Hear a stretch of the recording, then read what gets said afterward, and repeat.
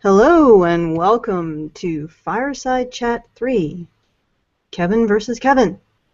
Well, actually Kevin versus Karen, but, in joke, Karen Strawn is actually Kevin Strong, at least her poor name is. So, today's topic is going to be domestic violence, at least in the beginning. We all know that Karen tends to meander, so probably it's not going to stick on that topic, but we'll try to start it out on that topic, just so people have a place to jump into the pool. Okay, so who wants to start this first? Kevin or Karen? Well, I think maybe like we should start sort of with a question, right? And the question would be like, is feminism an adequate lens through which to analyze and treat domestic violence as an issue? So I would be interested in hearing Kevin, the real Kevin's thoughts on that. Not the fake Kevin. Not the porn name Kevin, Kevin Strong. Yeah, I'll never live down. I should have never said that on a live stream. So you didn't. You're never going to live that down. Okay. There you go. So be it resolved, is the feminist response to domestic violence sufficient and complete? How's that? That sounds good. And then we can go into other areas of, of whether it's good or bad or harmful or whatever. So Kevin, you go ahead and tell me what your feelings are on that. Well, would it be too simple to just say yes and move on? So it is sufficient. I think by and large, yes. I don't see there are any massively glaring holes, to be honest.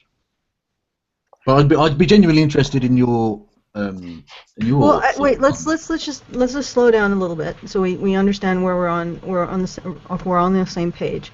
Why don't you define the feminist approach to domestic violence for us, Kevin, and then we can have something to actually discuss. Am I really in the position to do that, though? If that makes sense, would it really be my task as such to define that? Well, I mean, if you're going to make a judgment on whether or not it is sufficient. Well, yeah, but I'm not really an expert on domestic violence as such. Okay. Well, then why don't I sort of give the bare bones idea of the Duluth model, which is essentially the model that the UK and the US and Canada and pretty much every other country uses. And it was formulated essentially based on one particularly egregious case, I think in Duluth, Michigan, was it? That's why it was named this. And it's essentially a theory of patriarchal terrorism. It's the patriarchal terrorism paradigm. And it posits that partner violence is essentially a function of patriarchal norms, a function of normal masculine identity, or it's on the spectrum of normal masculine behavior within patriarchal cultures, and that patriarchal cultures endorse and normalize this behavior and see it as okay. And the behavior is one of coercion, control, and essentially using violence and intimate terrorism as a means of essentially for a man to enforce and reinforce his role as the man in the relationship and keep his wife or his girlfriend in her place, to police her femininity and her submission.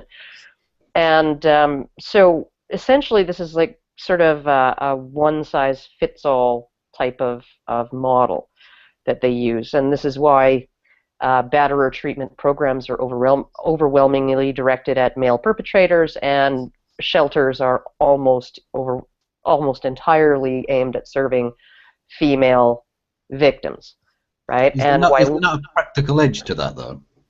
Well, there is. There are certainly cases of patriarchal terrorism, or at least intimate terrorism, where the man is the abuser, where you have cases of unilateral, sometimes severe violence, along with sort of psychological abuse and coercion and all of those things, right? That is a subset of what occurs within domestic violence situations, right? Right. But it's by far not all of those situations. It's not even half. In half of all cases, the violence is mutual. Women initiate it at least half the time. In some populations, they'll be like particularly teenage and young adult dating situations. The women will be initiating the violence more than half the time, up to 70%. And female unilateral perpetration against a nonviolent male partner is actually about twice as common as the Duluth patriarchal terroristic model. Out of those remaining cases where it's just unilateral abuse, women are more likely to actually be the perpetrators, and they engage in similar aspects of that kind of controlling psychology, jealousy, and engaging in violence to penalize a partner, to punish them for not behaving the way they want to coerce them, to control them, to limit their limit their interactions with others, and all of those things.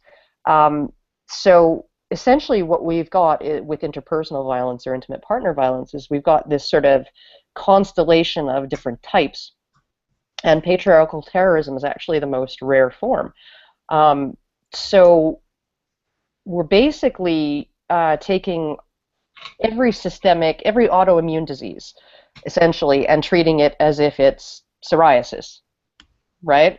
Right. And we're ignoring the eczema, and we're ignoring the mast cell activation disorders, and we're ignoring the fibromyalgia, and we're ignoring all of these other ones, and we're just and arthritis, and we're just treating them all as if they're psoriasis, and we're expecting that to work. And one of the most interesting things that's happened is that domestic violence against women has actually been on the decline for quite some time, but for men it has not gone down. For male victims, it's either remained steady in most places or it's risen slightly.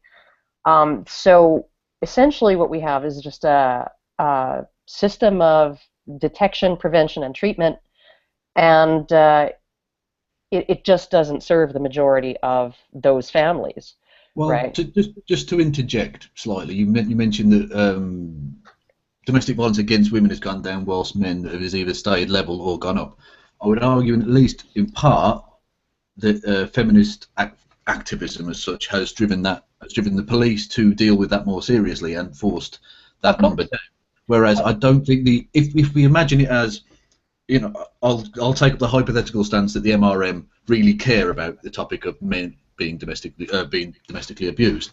What are they actually doing to try and push that number down in the way that feminists have pushed the number down for women? Well, it's extremely difficult. It's extremely difficult to push those numbers down because the Duluth model is instituted in law and policy. It's what the American Violence Against Women Act is written using. Most of the policies related to that are very, very much sort of Duluth runs all the way through them. Judges are trained using Duluth, guardians ad litem, lawyers, social workers, police.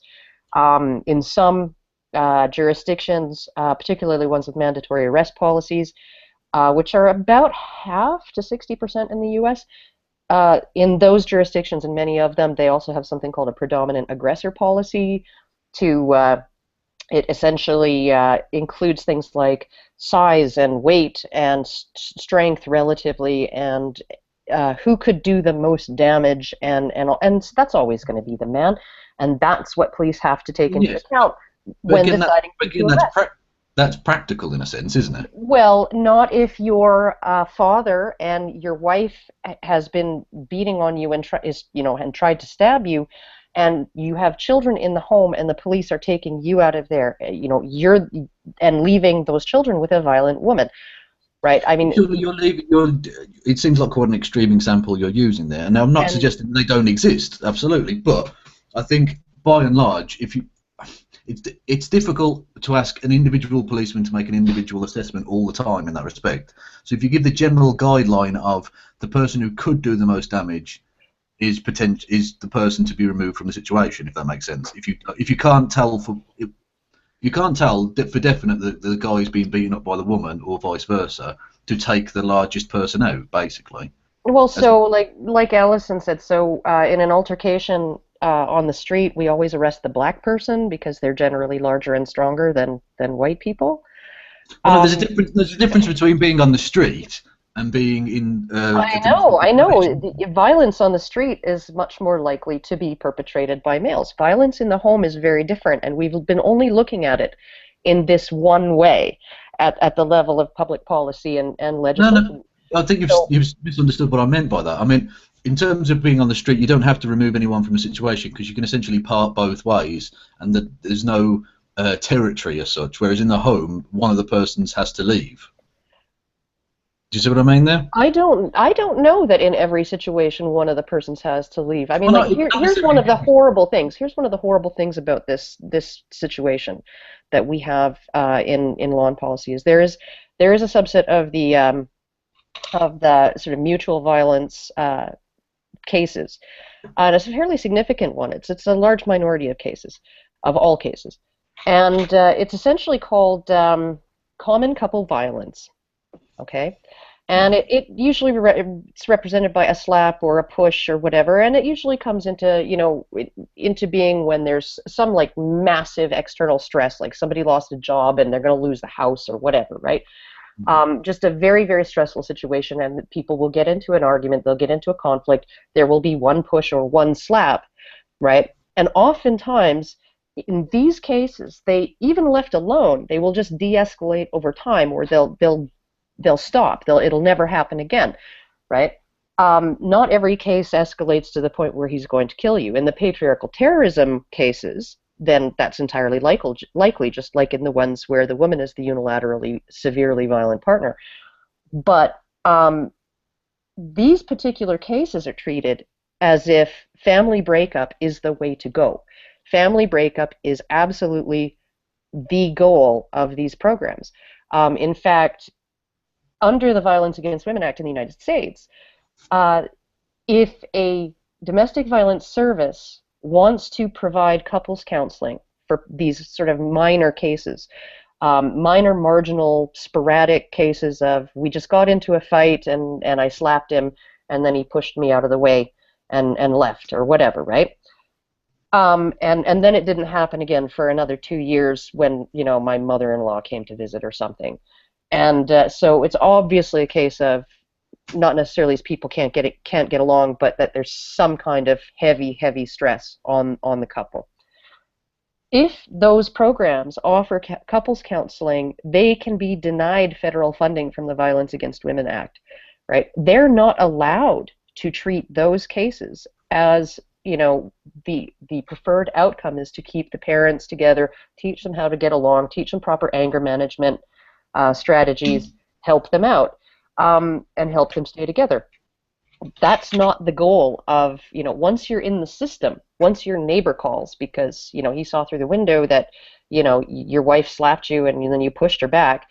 Once the police are there and you're in the system, you're in a system where the main goal is to split the family up through divorce and to send the man to a batterer treatment program where he's told that the reason why he was abusive, even if he was just defending himself, the reason why he was abusive is because he does not respect the status of women in society, that he has toxic masculinity, blah, blah, blah, and the woman goes into gets all kinds of help and support unless she wants to get back together with her husband, in which case they say, yeah, fuck off, right? So, this... Well, this I don't know that... You're speaking about that I'm not aware of that, to be honest. That sounds a little too comfortably within your wheelhouse, if that makes sense, for it to be the case in every single instance that's what happens. I'm not going to say it's the case in every single instance. I'm saying that generally, once you have engaged the system, right, the system wants to treat you in one way. It wants to treat you according to the Duluth model, right? And it definitely... Well, no, ideally, it wants to, and you can understand it from, say, a politician's point of view. You don't want to institute a law whereby you try and encourage families to stay together on the basis that you could then have a murderer. They could encourage a family to stay together, in which case one of the partners or the children gets murdered.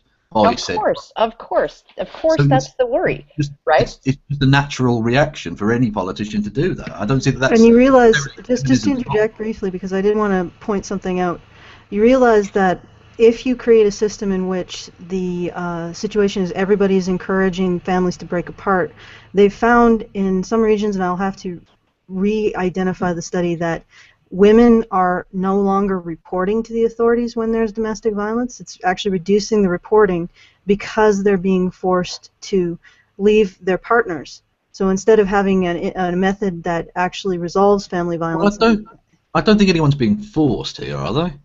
That well, seems like quite hard. Okay, well, here's an interesting case. Here's an interesting case. It was a case of Mark Mercarimi,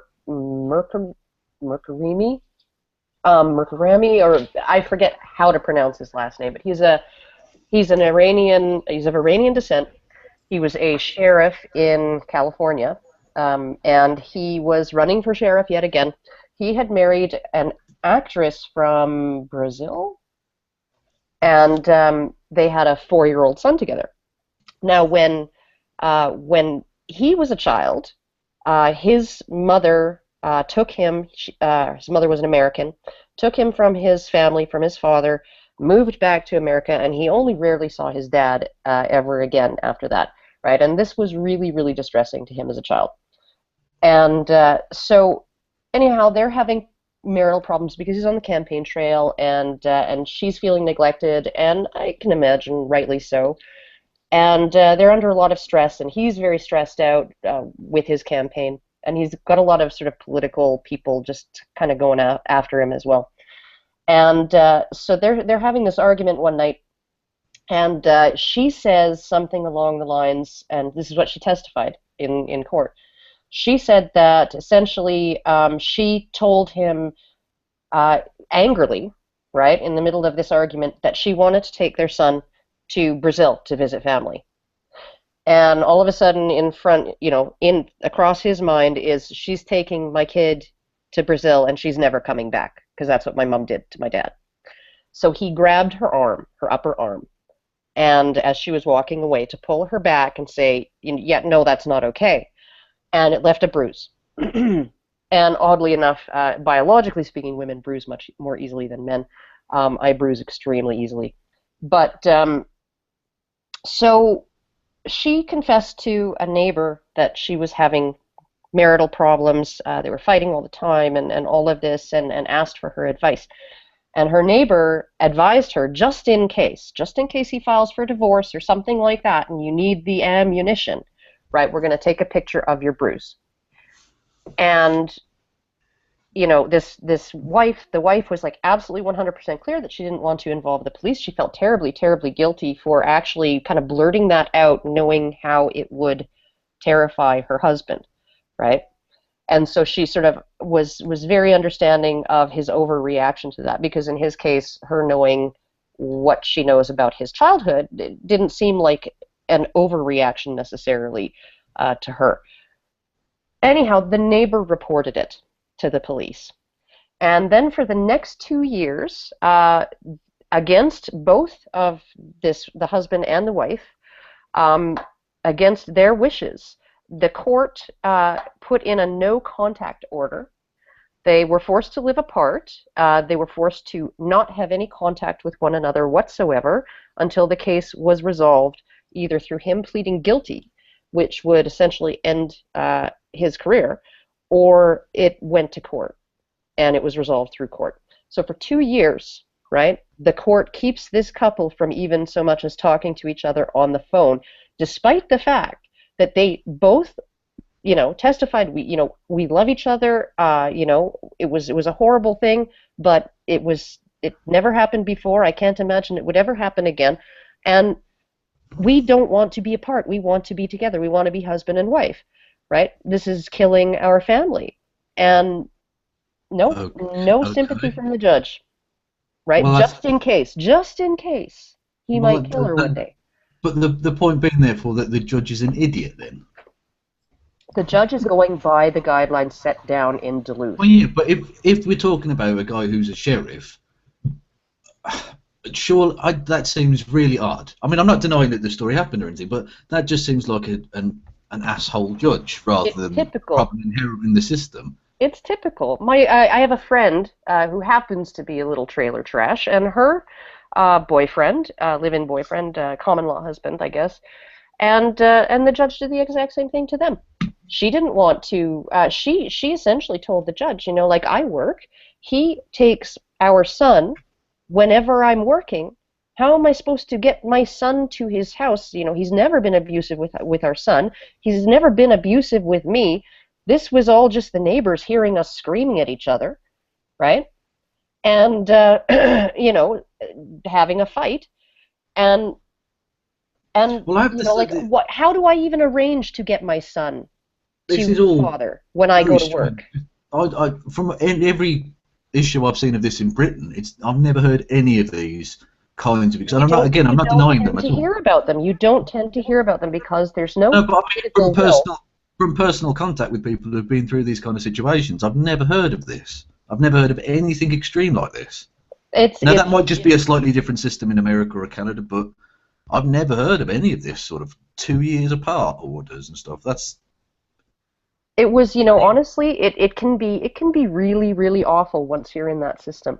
There is no way to get out as a man without admitting that you're an abuser and that the reason you abuse is because of the reason you abused, even if you didn't, is because of misogyny. And I do know of people in the UK who have been put through that system, and essentially they were told, you either go through this bad or a treatment program where you, and he chose jail. He chose prison. He said, I am not going to admit that I hit my wife when I didn't, and I'm not going to admit that I hate women when I didn't. You know, I don't.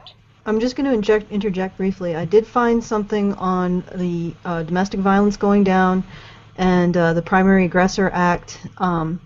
It is a Times article, so take that for what it is. But it suggests that some people believe that, or at least some of the experts believe that the Primary Aggressor Act, in which one person needs to be arrested, usually the male, has prevented many women from actually coming forward, or at least that's what they've been saying. And they don't know if it was, in fact, the Violence Against Women Act that decreased violence against women, because it was in conjunction with a large drop in all violent crime across the board.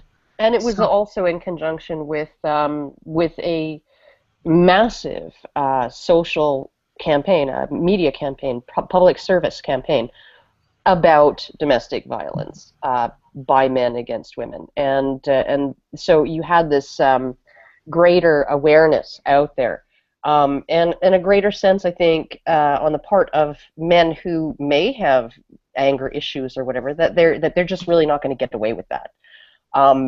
So, you know, maybe instead of, you know, to flip the initial question back on you, I hear a lot of, I don't want to be rude, but a lot of essentially moaning about a problem, but I don't hear many solutions coming from your side. How do I help? How do we help? Okay, Well, here's the thing. first, I think a good explanation would be starting with the story of Aaron Pizzey and also Silverman. Earl Silverman. Earl Silverman. You just lay those two on him and see where it takes you guys.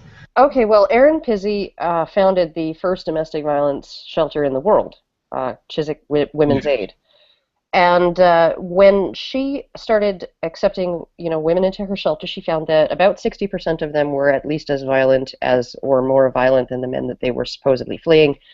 They were violent with each other. They were violent with their own kids and with the other women's kids at the shelter. They had deep-seated issues, usually stemming from witnessing or being subjected to abuse during childhood. And so she decided that she was sort of going to, you know, sort of change the way she was going to deal with this issue. She was going to try and open a shelter for men. And she went to she actually got a house from the council and paid for, but she needed funds to operate it. So she went to all the same people that she had gone to fund her battered women's shelter. And all of these people who donated sometimes huge sums of money, businessmen and philanthropists, they had no money for a shelter for men. It was just like, you know, forget it. Like, that doesn't seem worth donating to. And then, of course, she starts to campaign wider and wider. for this, right? So she goes on TV shows and stuff like that, and she starts really talking about it publicly. And the moment she did that, radical feminists started to picket her everywhere she went, and then she started receiving death threats, and then she started receiving bomb threats, and after about 10 years, they had essentially performed sort of a corporate takeover. A feminist group had managed to sort of, enough of you join and get on the board of directors, and you can vote, the head out, the president out. And this is how they voted her out of her own shelter system. And then essentially when the police instructed her to have all of her mail redirected to the bomb unit before, so that they could inspect it before it was opened, that was when she decided she was going to leave the country and go sort of live quietly and non-publicly in the U.S. with relatives. Now, Earl Silverman, he was a battered man in Alberta. His wife was extremely abusive, and he eventually left her. And he went looking for some kind of support, some kind of help, and all he found was services to help prevent him from being an abusive, misogynist jerk.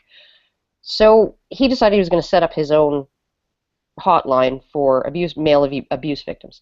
So he did, and he operated it out of pocket for about 20 years. He applied multiple times for funding from the government. The government in Alberta, I believe, spends, I don't know, $200 million a year on the women's shelter, the network of women's shelters in the province. And all One that bed for men.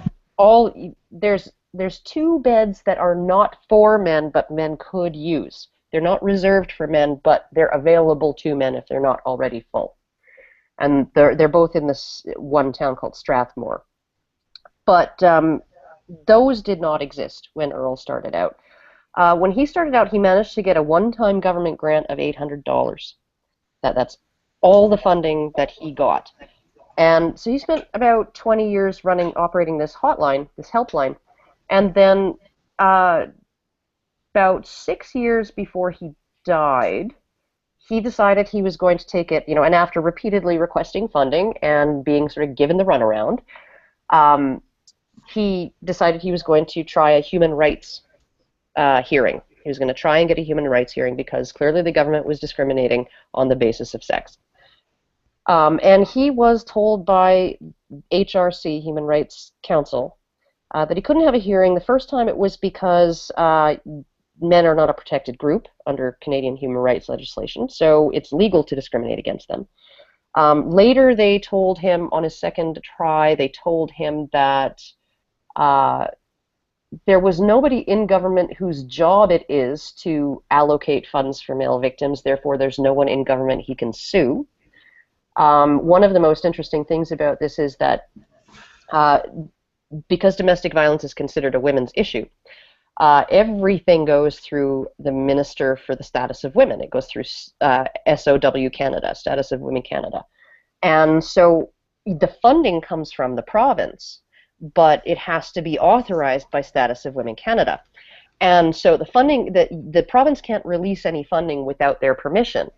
And they don't have to give permission for male victims because it's perfectly legal and in their mandate that they only concentrate on women's problems, on women's issues, right? So he went back and forth between the province and Status of Women Canada for years, getting the runaround, just getting sent back and forth between them.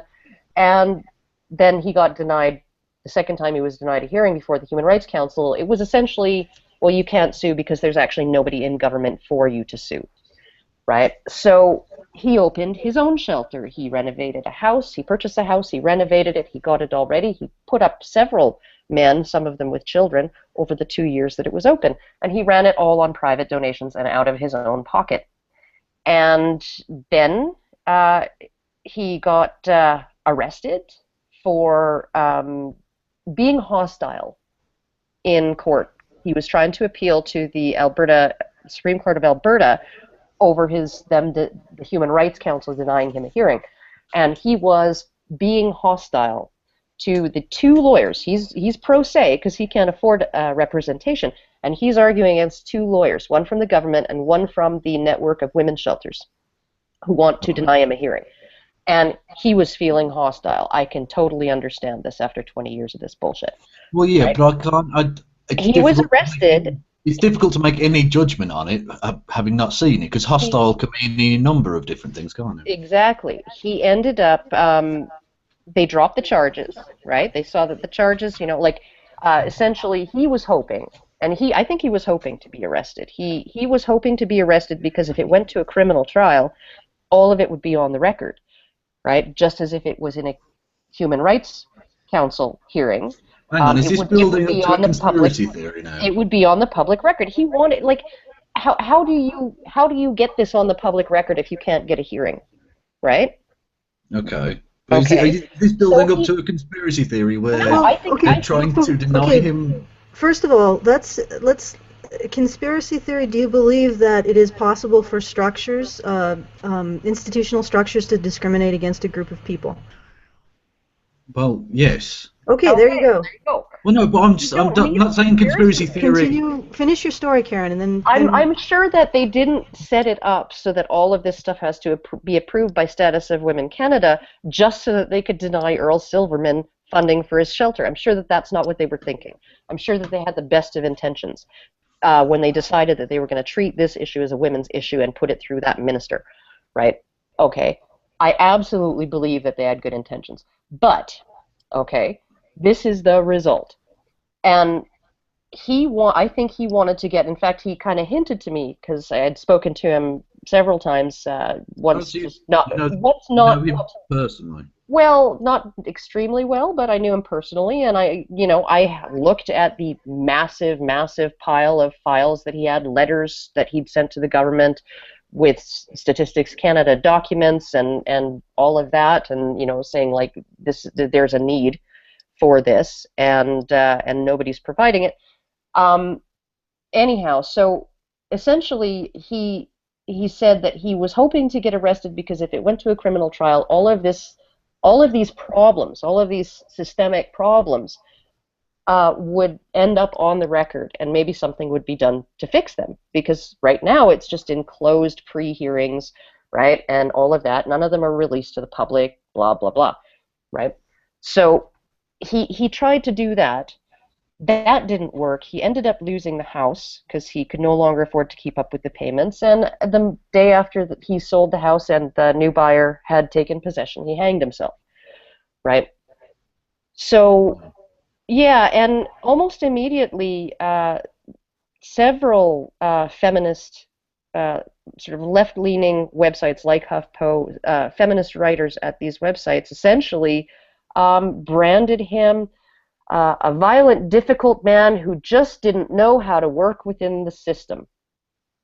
And it was not feminism's fault that he killed himself, even though this man had spent 20 years trying to work within the system and had managed to secure a single grant of $800 that entire time. Well, the story, if I'm to take it at face value, that obviously that's disgusting. I'm not going to defend that. That's awful, of course. Of course, but the reason why this story happened is because of the way, not just the way society looks at domestic violence, right, but the way government looks at it, the way the system treats it, the way judges look at it, the way service agencies look at it, all of those things, right? All of those things essentially presume that the man is the aggressor almost all the time. The man is the only dangerous party. In most jurisdictions, 30% of domestic violence emergency room visits are men,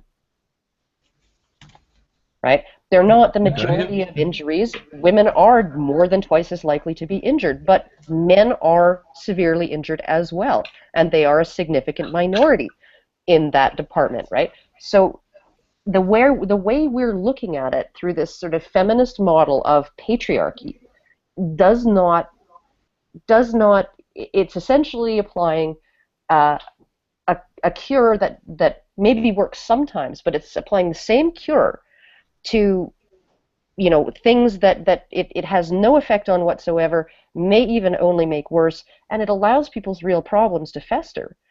I mean, if your problem is essentially that you just need an anger management course and maybe a communications course so you can better communicate with your spouse, then that should be the way to go, right? And why don't these people get sent to mental health professionals or clinical psychologists or whatever to sort out those cases from the other? No money is, regardless of it being about domestic violence, the criminal underfunding of psychological resources is a worldwide problem, I think. Well, it outside is. of just it being a feminist issue, with any criminal activity, you try and get anyone into a kind of any kind of treatment program, it's an absolute nightmare across the Western world. That's because it's true. treated. Unless you don't want to be there, in which case sometimes you can't get out. But No, maybe. yeah. But I've got quite an interesting quote from you, and I don't know if it's a quote that you wrote, and I'm quite interested in it because it's I'm struggling with it really, and I'll if you still stand by it, if you don't, whatever, you can correct me, right? I know what's coming.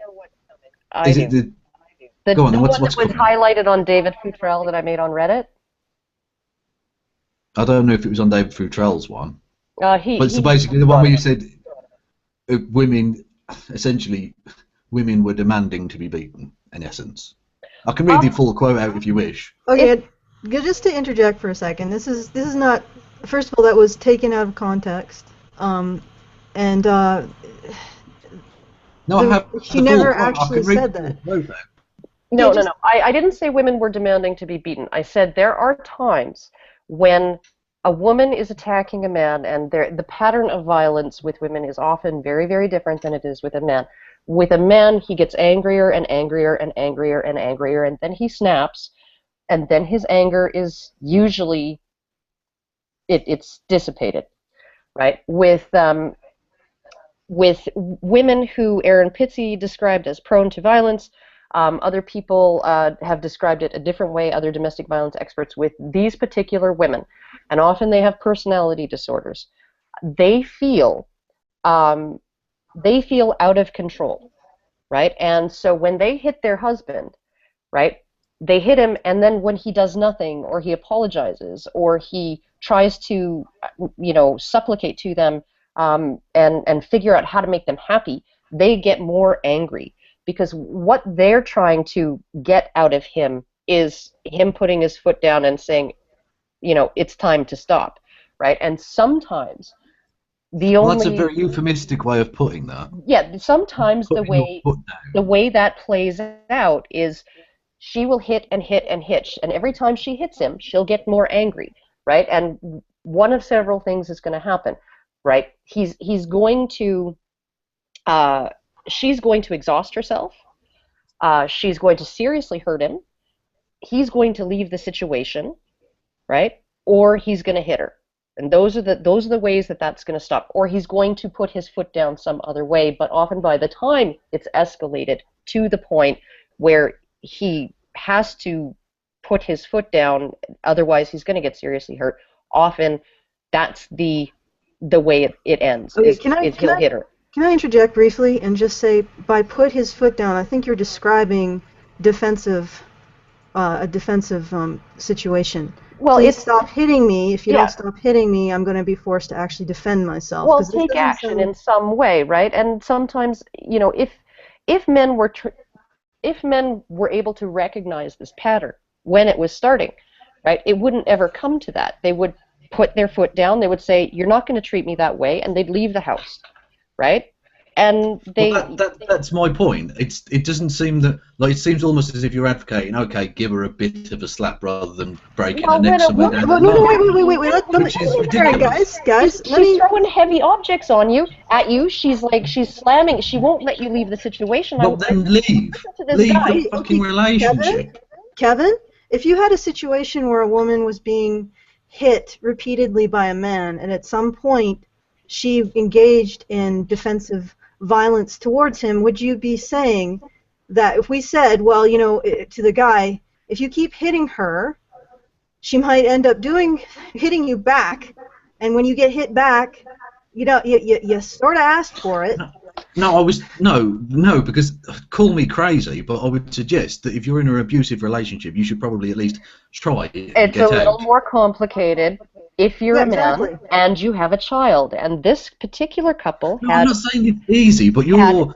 had an 11-month. Okay, here we have a violent woman, and she was violent. Okay, I used to listen to her go at him constantly. Well, once a month or so, right?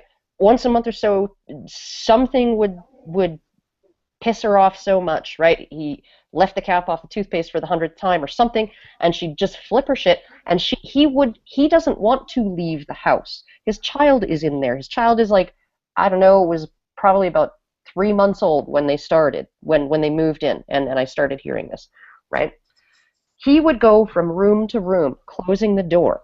He would be begging her, let's talk about it later when you've calmed down, right? He would go into the bedroom, close the door. She would slam the door open, throw, a dish at his head or something like that, right? And follow him in there. And then he would go and try and lock himself in the bathroom. She would slam the door open, get a key, open it up, and slam the door open and corner him and, and start in on him again with hitting and pushing and throwing things, lots of loud thuds, right? But always her screaming and always him begging her to stop, okay? Okay. And then after anywhere between half an hour to an hour of this, sometimes longer, he would slap her once. And then she would stop, okay? Now, I can't blame that guy. I really can't blame the fact that he didn't walk out the door and leave his infant in her care. And I really can't blame him for not calling the police because he's more likely to be arrested than helped. And then his infant is left in her care. Okay, well, I don't know the exact situation. I don't know if she's a danger to the child Now, or not. when I was talking about that and why the quote sounded crass, right? When I was talking about that situation, okay, I was talking in a venue that I perceived to be friendly, kind of forgot that you always have to be really, really, really careful about describing the entire situation, every single, and people get after me for being long-winded, but you have to be long-winded when it's so easy to have a misstep and somebody take that, I wasn't writing about every situation where a man slaps his wife for nagging him, right? I was writing about a specific situation that I witnessed, and I should have gone into much more detail, right? Given that it was a public space, even if it was a friendly one, okay? And I'm troubled by the part of it as well where you said the much-quoted cycle of violence, the build-up, explosion, and the honeymoon period correlates with foreplay, orgasm, and post-coital I'm not the bliss. one who suggested that. I merely relayed information that had been collected by people working with battered men, right? That this had been their experience, right? She would have a big build-up, right? A big build-up of being angry and yelling and whatever, and then it would turn into an explosion of violence, of escalating violence often, and then, there would be this... So domestic violence is just a normal part of life to be accepted? No, absolutely not. But I don't think removing men from their homes when they're the victims is the way to solve it. Foreplay, orgasm, and post-coital bliss are a normal part of life. So to compare the two, surely you're suggesting domestic violence and the cycle thereof. Kevin, you keep throwing out accusations of Karen and what she said. Of my intentions. Yeah, of your intentions. But just let me just interject here. What you guys are arguing about is a situation of what I would call non-consensual BDSM. There are people whose orgasmic cycle involves violence, and it's perfectly fine if everybody's consenting to it. Yeah, I was about to say the non-consent part is a problem. Yes, it is. Yes, that we're not saying that this is a regular. Not everybody has a dungeon in their basement, but this is a part of some people's lives, and there is a sexual component to it.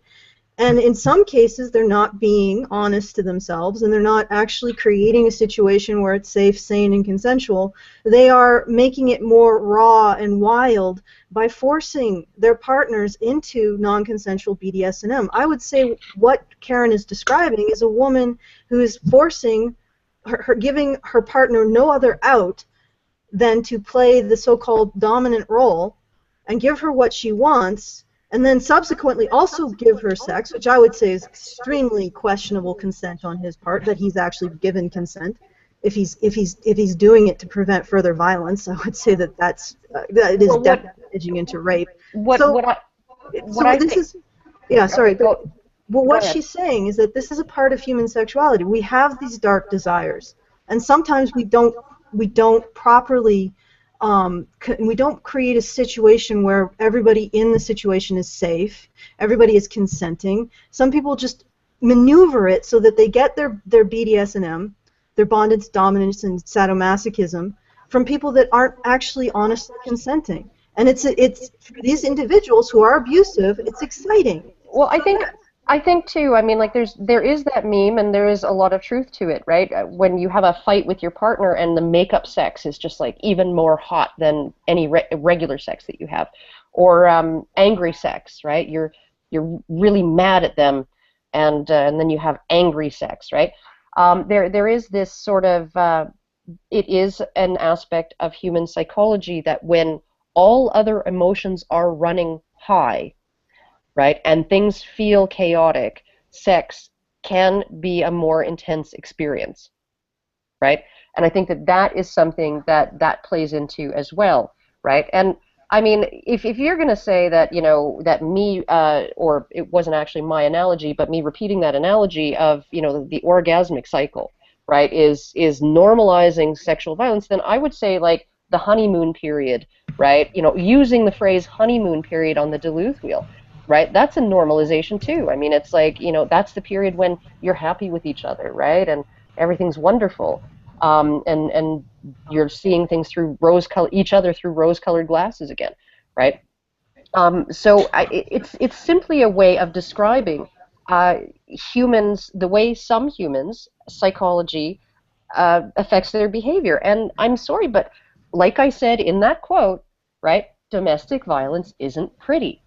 Right? In real life, it isn't pretty, and it shows a lot of parts of humans, parts of human beings and their psychology that aren't fun to look at, right? But even talking about those aspects, you get into trouble for them. You get called someone that's condoning violence. No, I would really just love it if some of these people would just get counseling to figure out what the hell it is that they're so desperately after, the prone to violence behavior that Erin Pitsey described with some of these women at her shelter, where it was almost like, for them, violence was such a normal part of their lives that they had to seek it out, right? And so it's essentially, you can't deal with the problem without actually being allowed to discuss what the problems actually are or may be, right?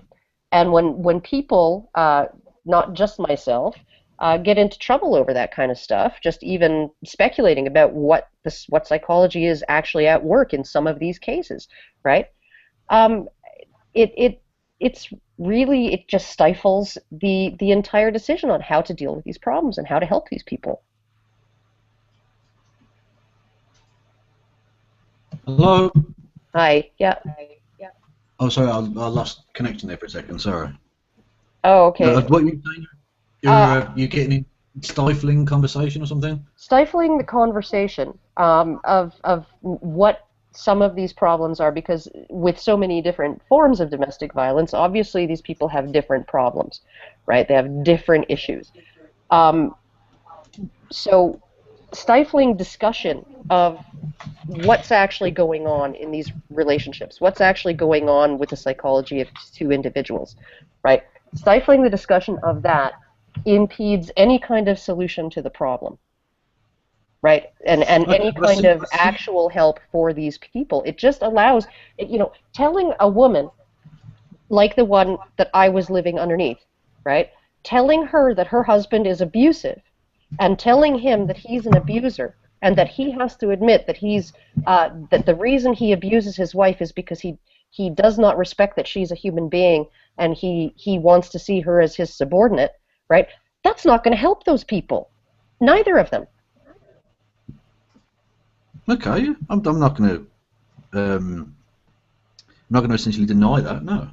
So essentially, what drove me crazy about how that quote was received, and like I said, I was very foolish to sort of, I was in a hurry, and I did not provide all of the details of that particular case, and did not go into sufficient detail as to exactly what was happening in that house and exactly who was the violent one.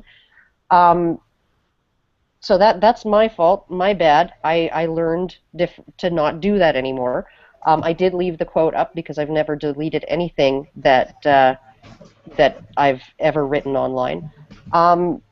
But it's extremely frustrating when you want to talk about what's at the heart of the problem with people who are actually suffering, right? And the woman no less than the man in this case.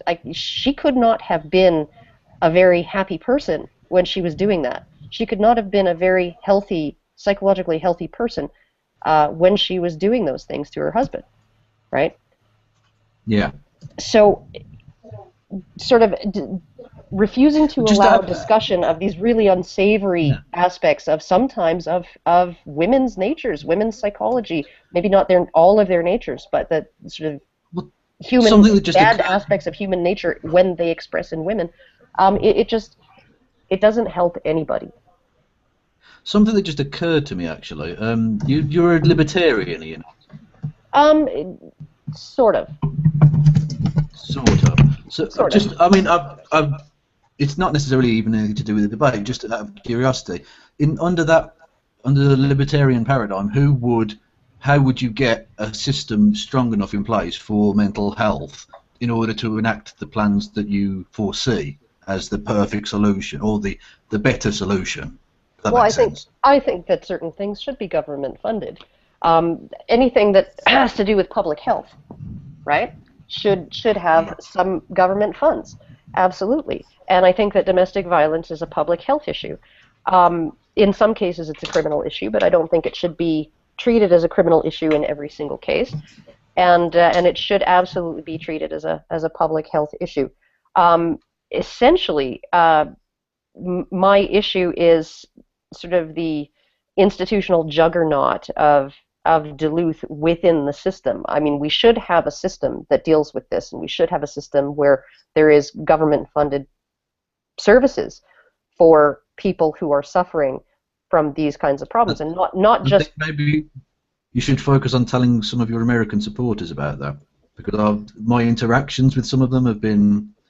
Well, honestly, the reason why, because I am for maximum freedom, right? The maximum freedom that people can have as individuals without infringing on the rights and freedoms of others, right?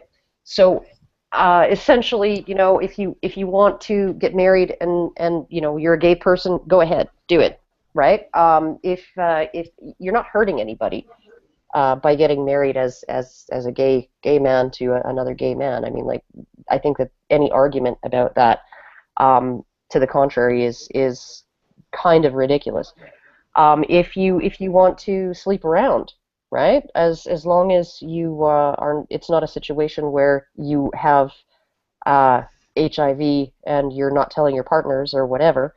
Again, though, we'll have to point out that you should probably send those kind of messages to your the slut shaming element of your fan base. Well, the problem with that is that I have a message, and it's I don't choose my audience. I don't. If you do to a degree. If the NDP here in Canada, wanted me to come and speak at their political convention, I would absolutely do so, and I would tailor my. You might not know what NDP means. No, I don't. It's like the Labour Party, essentially. It's a Labour Party. It's our left-wing party. And actually, they do have some platform that's, I think, amenable to what we talk about as amenable. I don't think the word. Amenable. Yeah. But I think they do have some platforms that I could actually a platform where I could actually find a way to approach these issues in a way that they would be more willing to look at them, right? So when I go, frankly, if you're going to have government check, then you might as well do it right? When I go and talk to... You do choose your audience, though. Of course you do. I mean, why would it be that I have more feminist supporters and you have more anti-feminist supporters? Because I'm an because anti-feminist. of the message you put out. Well, exactly, yes. You do choose your audience. If you attract a certain type of person, you might want to look at the things that you're saying and suggest, well, maybe some of those things aren't great then. So maybe she should consider how she dresses and if she's attracting unwanted attention? No, I'm not suggesting that at all. The people that you attract to, you can't get rid of 100% of the assholes, but if they make up enough number, and unfortunately, having had a couple of conversations with Alison and stuff, I've interacted with a lot of your fans, and some of them are great people. I've met some genuinely interesting, some of the only positive MRA interactions I've ever had, but there are some absolute assholes out there, and we're engaging in all kinds of bigotries. I mean, the reality is that everybody on YouTube is an asshole for the most part. Well, okay. Not just on YouTube, on Twitter, I've had extended conversations. This isn't just Kevin. Your followers come over and they call me a cowardly whore. So there you go. I'm just going to laugh. The problem with that, Kevin. Okay. That's awful. I'm sorry if they've done that. Is that my personal ethic, right? Is more speech, not less. Okay. And so I don't moderate my comments. After the first week or two, after I put up a video, I don't even read my comments, right? They just, every once in a while, I go into the spam filter, I liberate every single comment. Doesn't matter whether it's a feminist calling me a whore, doesn't matter whether it's somebody who got the wrong idea from the thumbnail and the title of the video and calls me a feminazi without even watching the video, doesn't matter to me, right? Does not matter to people. What is below the line is not my responsibility. That is the way I preserve my channel. The moment that I take responsibility for any of those comments that go below my videos, that is the moment that I take responsibility for what those people say, and I'm not going to do that. I'm absolutely not going to be responsible for what other people say just because they watched a video of mine and then left a comment in a public place. Now, that's my ethic. That is absolutely my ethic, and that doesn't matter whether you're a rabid MGTOW who hates me, and there are a lot of really, really extreme MGTOWs who really don't like me. I had some crazy people going about the honey badgers were gynocentric because of their support for pornography. Yeah, we get them too. Like it's just you gotta just take the wheat with the chaff with this situation. It's been genuinely eye-opening. The last couple of debates I did with Alison and now this one. Some of the interactions you get, some of the most. The internet has taught me one thing. It's that the plethora of madness in the world is just amazing. Well, and it's not my job to really police what people say. I mean, like I will actually. And also, I have actually asked my followers or my viewers or my audience or whatever you want to call them, subscribers, after a couple of feminists had put out some videos that were very, very hostile toward me specifically, and they got flagged down for bullying and harassment. And I made a point of, in a video, asking any of my subscribers, don't do that on my account, right? Because they have the right to say, unless they're slandering me, like in the criminal sense, right? They have the right to have an opinion of what I do. They have the right to express it. And, you know, and frankly, if there is somebody saying really horrible things about me, I want to know what they are. Right, I want to be able to go and look at that and find out what's being said about me. I don't want to go to a video that that's really really an attack video about me and find out that it's been removed and now I don't even know what that guy was saying.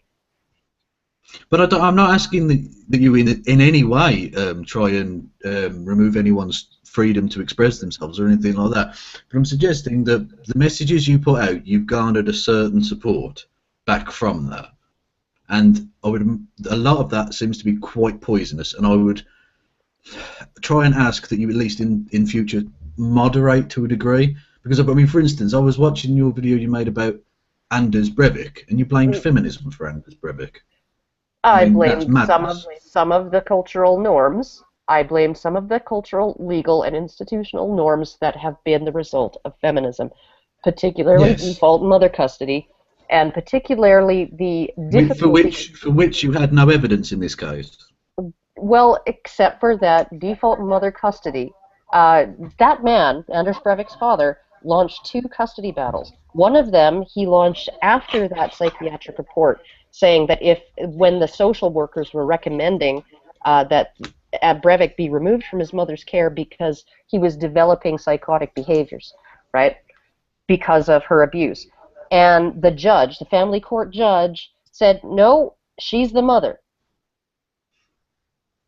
Okay, we're at the hour. You guys want to continue? Yes, Maybe no. a little bit, but like I don't honestly, I just these are legal norms. The Tender Years Doctrine started in the UK, right?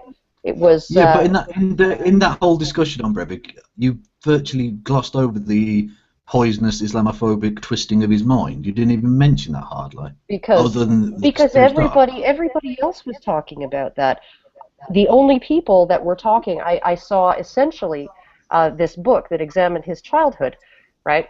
I saw maybe Which you hadn't read, by the way. 4 articles written, sort of press release style articles written about it.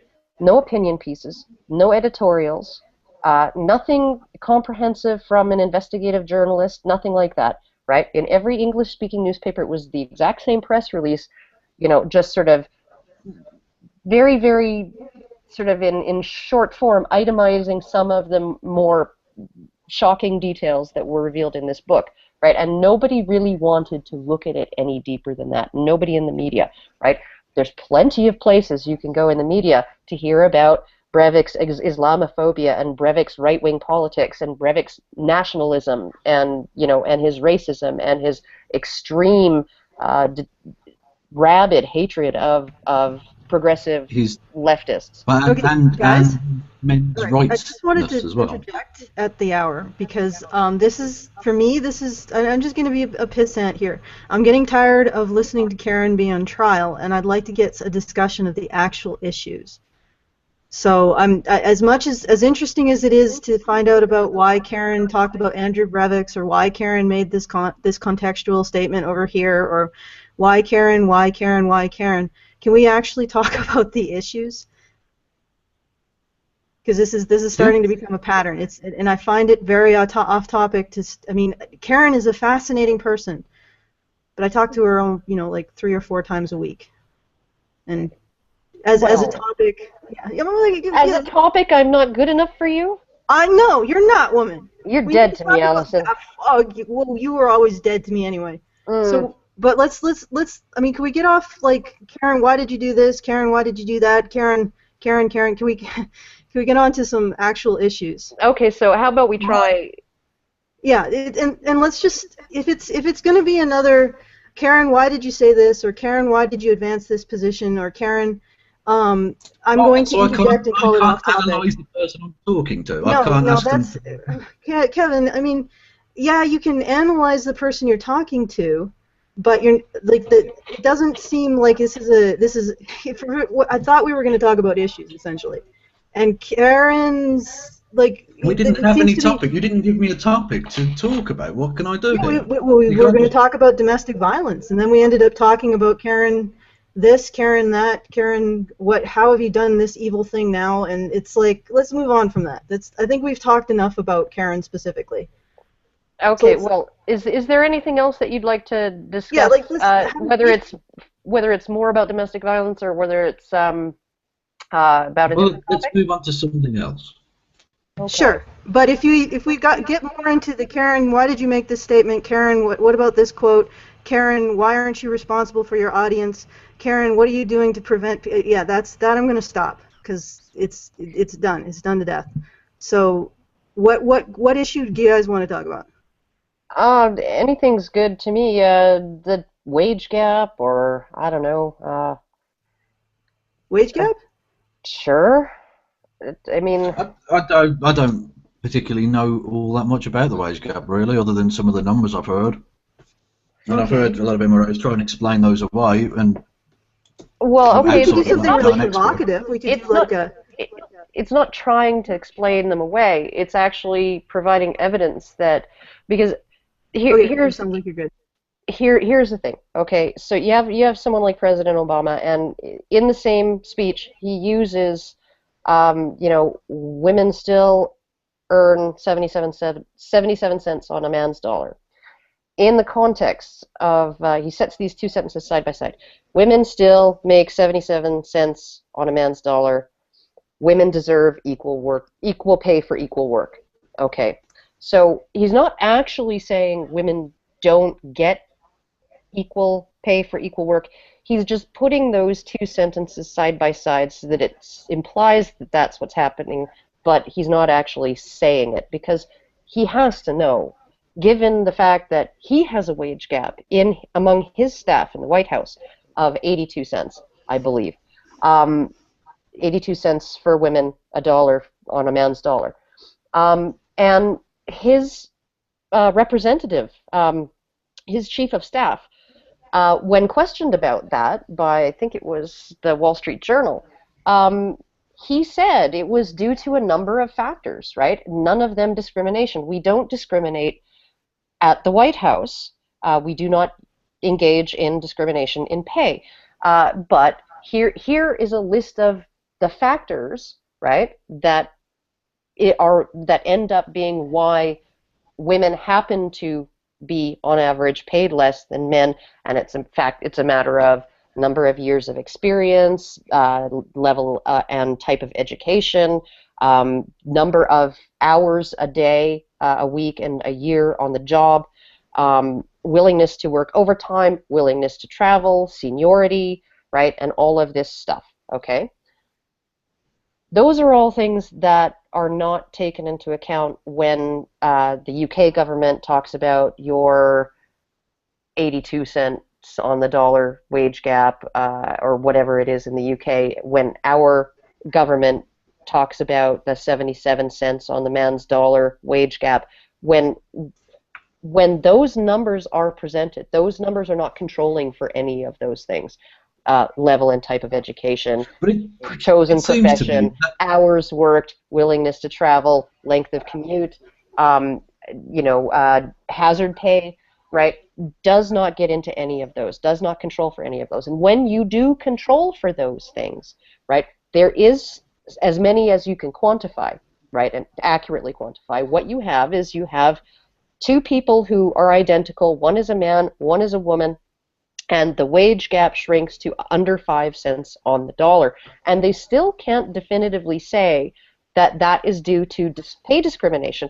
They still have to say there are a number of other factors that we could not control for, right?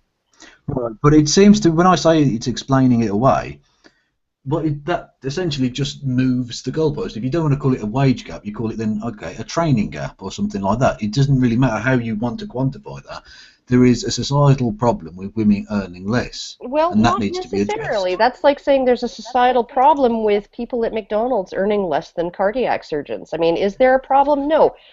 Choice of vocation is going to have something to do with it. And here's the problem. Here's the problem with what you're saying, right? Is that as you actually look at societies, you look at societies like India, China, societies with, fairly harsh economic circumstances and less freedom to, the individual, you find that the choices of occupation, the choices of major, and the choices of career are between men and women are much more similar, right, than they are in places like Sweden, where it's next to impossible to convince women to go into engineering, and it's next to impossible to convince men to go into nursing, right? And you can start a whole bunch of initiatives, very, very costly initiatives. Norway did this. Every time they did, the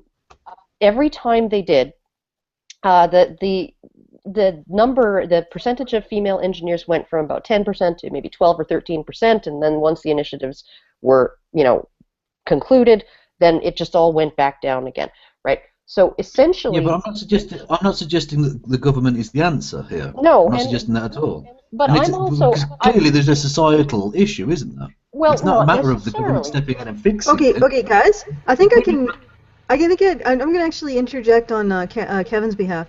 I actually think it is possible that there is a social norm that we are teaching men and women that is causing women to self-select out of certain professions. I think that's entirely within the realm of possibility. I don't think it's I don't think it's discrimination institutionally, or so. I think so too. I think that a lot of the rhetoric around male-dominated subjects. I mean, like, women made huge inroads into a lot of different male-dominated subjects. Psychology, veterinary medicine, medicine itself, biology, all of these subjects used to be heavily, heavily male-dominated, and women didn't really need any incentives or any kind of sort of cultural nudging and nurturing to convince them to go into those fields. Actually. First wave feminism opened up higher education to women. It did, but once higher education was open to women, women did not need any kind of pushing to choose those majors.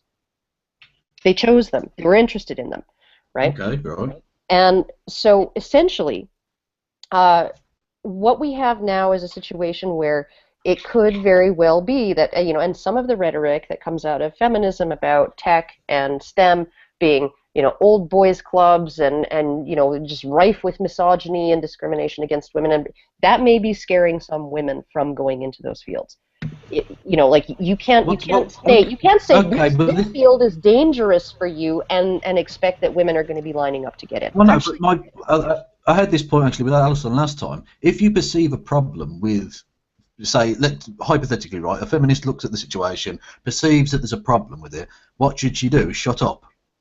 Because it might scare people. No, but I also you've got to bring it to people's attention, otherwise it won't ever change. I also think that a lot of what happens particularly with the hard sciences, is Simon Baron-Cohen has done extensive research on autism spectrum disorders, and he has found a link between autism spectrum disorders and a propensity and an intense interest in the hard, dry sciences like physics, mathematics, engineering, and all of that stuff. So here you have a group of socially awkward, neuroatypical people being the main population in a given field, right? And women coming in, and the women who do come in and who are really interested and who you couldn't turn away, right? That 10% of women who are really, really into tech or really, really into computers and coding, right? They go in there and they're okay with being around a bunch of socially awkward nerds, right? Because they often have that same, they're also on the spectrum, right?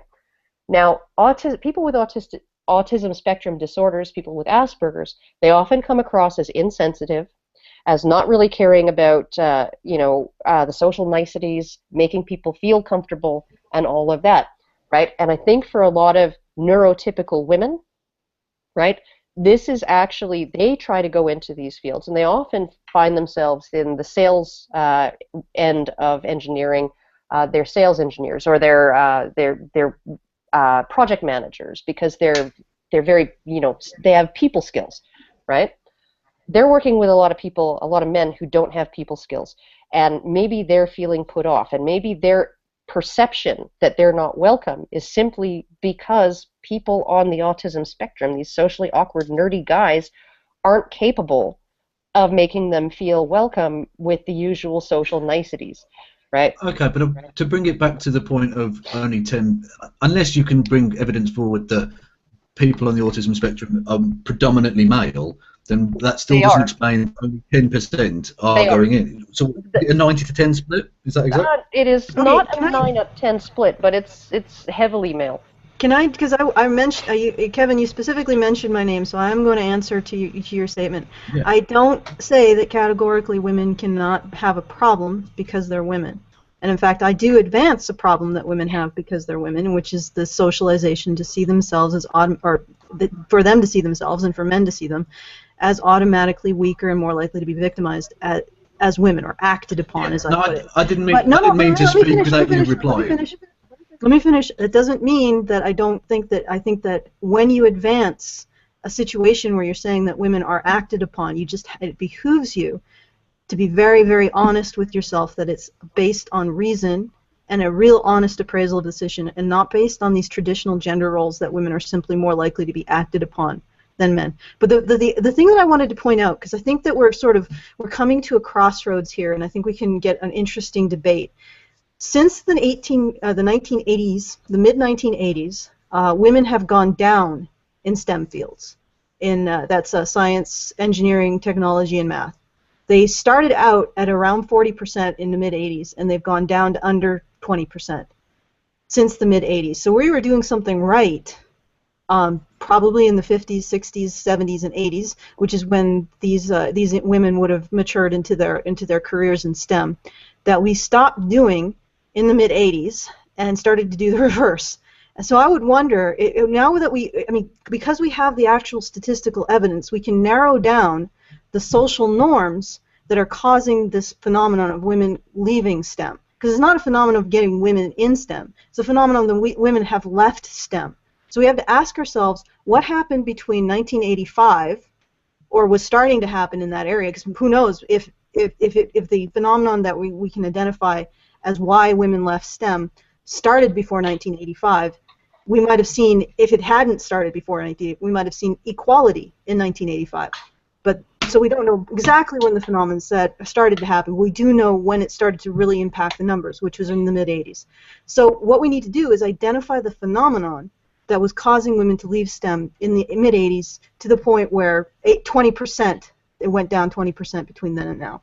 So the question is, what happened? Well, it's not necessarily that it went down 20%, like as a function of the population of women going to college.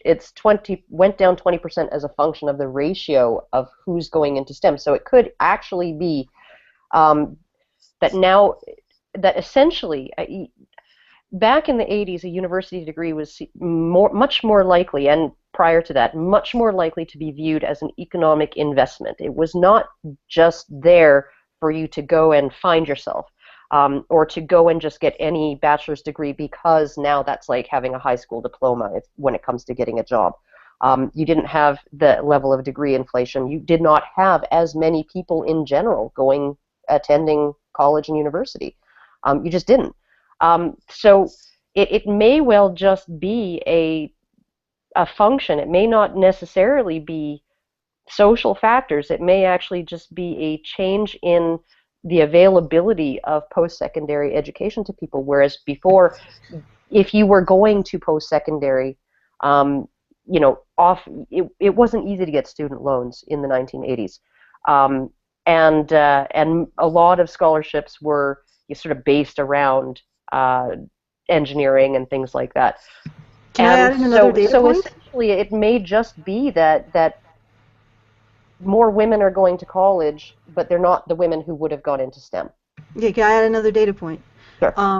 In addition to this rate of departure from women in STEM from 1985 to the present day, we also see that much greater numbers of women from what we would call more quote-unquote patriarchal cultures, like East Asia and Muslim cultures. And you can see that if you go to STEM classes in the West, even, you'll see that women who are Muslim or East Asian are disproportionately represented relative to their white peers, or white Yes. Western peers.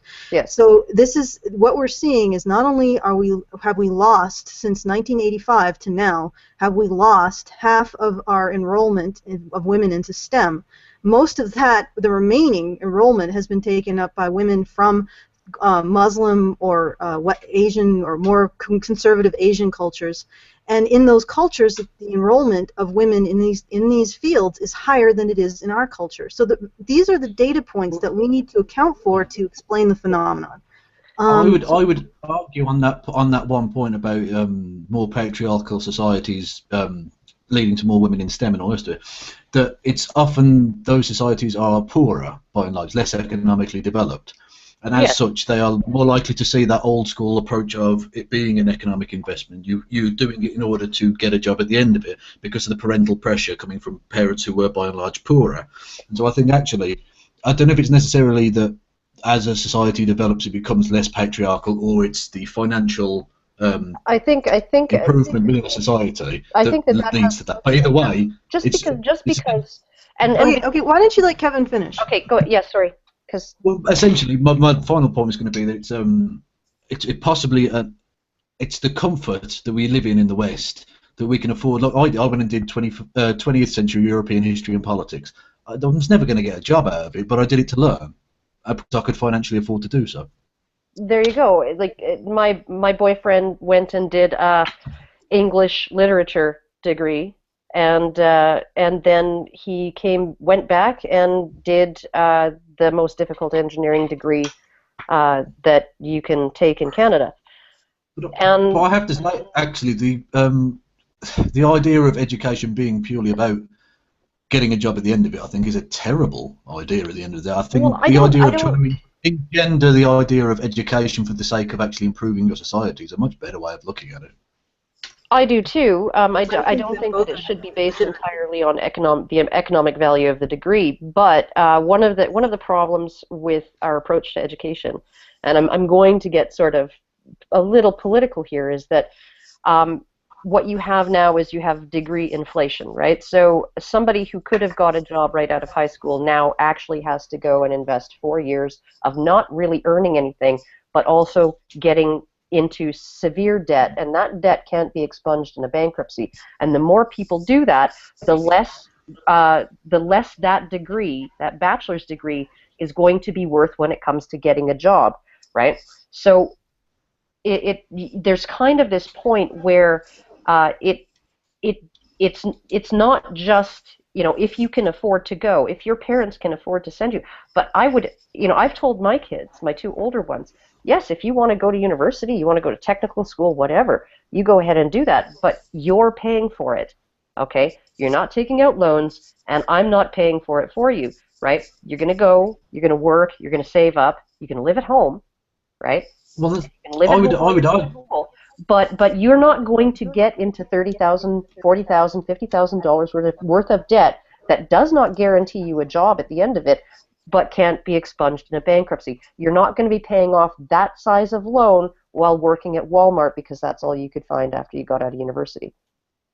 But I would argue, and this runs a counter to the libertarian thing we were talking about earlier, I think education is as important as any other service a government can provide, and as such, further education should be publicly funded. I think it's absolutely inherent to the health of a nation that you have an employed, an educated and trained workforce. Which is why it's largely publicly funded. You'd be amazed at how much money government actually puts into funding even private universities. Well, they've introduced that here in Britain. It used to be completely 100% free, but you have to take out a loan. But even then, the government is still paying £11 to your £1 into your university education. Yes, and one of the really horrible things, though, is that about that is essentially when universities have a guaranteed income stream, right? So they have guaranteed public funding, and they have guaranteed, tuition. They know they're going to get their money because the loans are guaranteed, right? So the bank's going to give loans to somebody maybe who shouldn't even be going to university. Maybe they should be going to technical schools. Maybe they shouldn't be going to med school. Maybe they should be taking med lab science or something instead, right? Because they aren't really going to be able to make it through that program. But the bank will give them a loan, the student loan service will give them a loan because they know they're getting their money back one way or another, and the university knows it's going to get its money back whether these people have a job afterwards or not. And what you have as well happening in universities, and I know this is happening pretty much across the West, is the amount of administration versus the number of administrators per faculty member is what has essentially grown. That's been almost the entire growth in expense in as far as university goes, is not paying for faculty, it's not paying for research, it's not paying for students' classes. It's paying for administrators, right? So it's because it's easy money and guaranteed money, there's this sort of luxury that these universities have to not have to trim fat, to have, multiple levels of administration, all, like you have 4 diversity officers at different levels of the, and 4 of this and 4 of that, and you have this massive university bureaucracy now that's sucking up almost all of the gain in federal funding and tuition fees and everything else that all of the profit that they have now compared to all of the income that they have now compared to what they had 10, 20, 30, 40 years ago is going to a bureaucracy and not necessarily to students. So I have to say, there's a slightly odd. I don't want to be rude here, but there's a slightly odd academia approach you're taking there. In essence, it should only be for an elite. no, absolutely not. I don't think so. I think though that Well, because you were going about the devaluing of it, the only way you can basically reverse that process is to take it back to a Victorian approach of the rich can go if they want, and everyone else can fuck off. I think maybe It's, I merit based would be better. Like my sister. Here's how she did her medical degree. She did her Bachelor of Science in 3 years instead of 4. She did it mostly on scholarship, and I think she took out one student loan for, I don't know, $6,000, but did the rest on scholarship. And then when it came to med school, she joined the military, and they paid for everything. And she had to serve 5 years, 6 months of it deployed, and which she spent in Haiti, and that was to pay back and they paid for everything, living expenses. Anytime she had to move, they would give her a $2,500 moving allowance to pay for all of her stuff to be shipped and to travel. They gave her a monthly wage, and she essentially, all she had to do was keep doing well in school, and once she became a doctor, pay them back with a certain amount of service, right? And she ended up staying in the military. And she only just left the military. She's in her 50s now, and she only just left last year, right? Well, that's fine in her case, but it seems absolutely crazy that you would force a poor kid into a situation where they might, in order to try and get an education, they're going to sign up to potentially fight and die just to get an education. Well, I'm not saying that everybody should do that. There are other ways to do that. No, absolutely. But I'm just saying. Well, I mean, but the obvious solution would be crazy. The obvious solution would be government civilian service in other aspects. Like there are other things. Oh yeah, absolutely. I've got no problem with the concept of paying back your loan to the government, if, repaying them in some way. But I had a great discussion once with a teacher, and he said, if you go into something like teaching, what you do is, as long as you stay within the public sector for X number of years, then your loan would be expunged. But if you wanted to go into the private sector, you would then have to pay that money back. Yeah, and I mean, like, they have this issue with medical students in Prince Edward Island, which is the smallest Canadian province, and so they don't have a medical school there. They have 2 medical schools that the government reserves seats at. One is in Newfoundland, and the other's in Nova Scotia, I believe, and so they reserve seats. So the government is actually paying something like $50,000 a year per seat just to hold those seats open for Prince Edward Island students who want to attend medical school. So those students get a guaranteed seat, right? They can go study somewhere else, but the government pays to hold these specific seats open specifically for their citizens, right? And, I know all about Prince Edward. Right, and here's the problem, though, is now they're finally, after years and years of doing this and having these doctors not return to Prince Edward Island to be doctors there, the government is saying, we can't afford to do this unless, okay, here's our options. We're going to stop reserving these seats. Of course, everybody gets up in arms over that. Or you can agree to come back to Prince Edward Island and serve our communities for 4 years. Right? Yeah, absolutely. And you would have to sign a contract, and everybody's up in arms over that. Nobody wants to have to do that. They want that $50,000 seat, but they don't want to have to pay for it. Yeah, the problem with any democracy is if you ask people what they want money spent on, they'll spend it on a million things. But then you ask them for an extra cent on the dollar or penny on the pound in tax to pay for it, and they'll go fucking crazy. Agreed.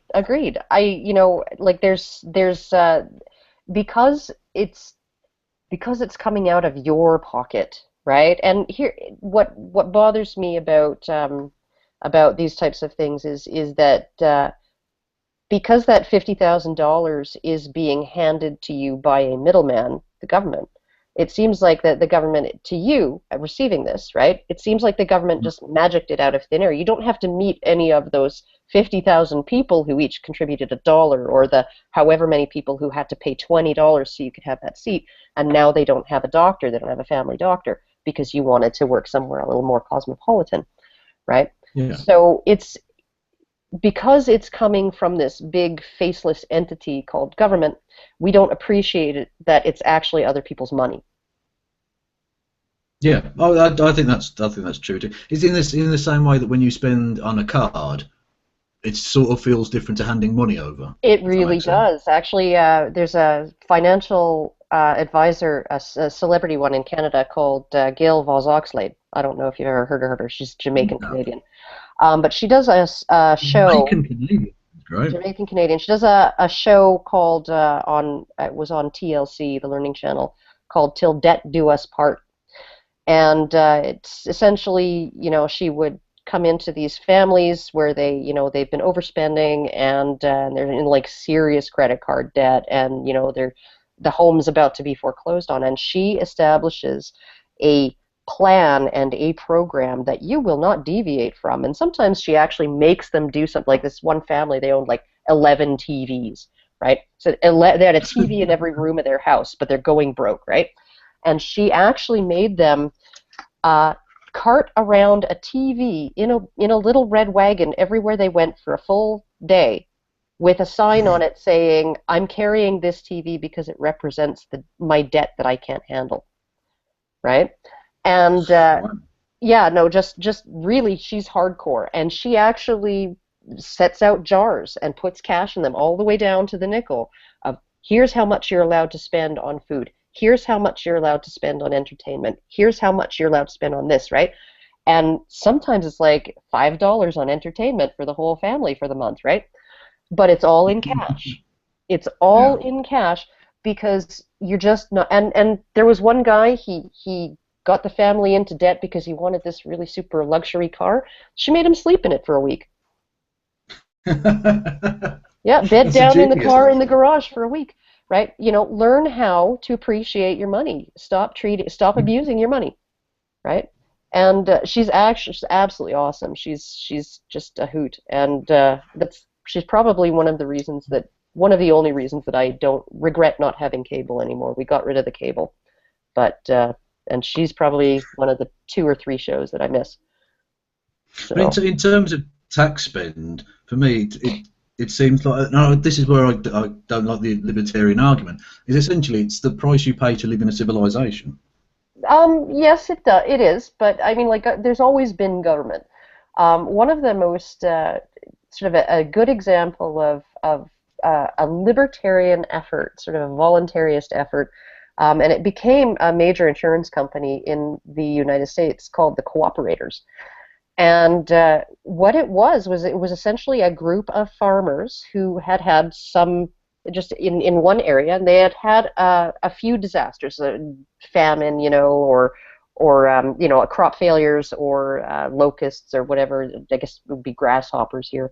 But they had issues that were really, really economically devastating some of these families. So they all got together and they sort of were like, well, what are we going to do about this? Well, let's put in some money every year into a big pool.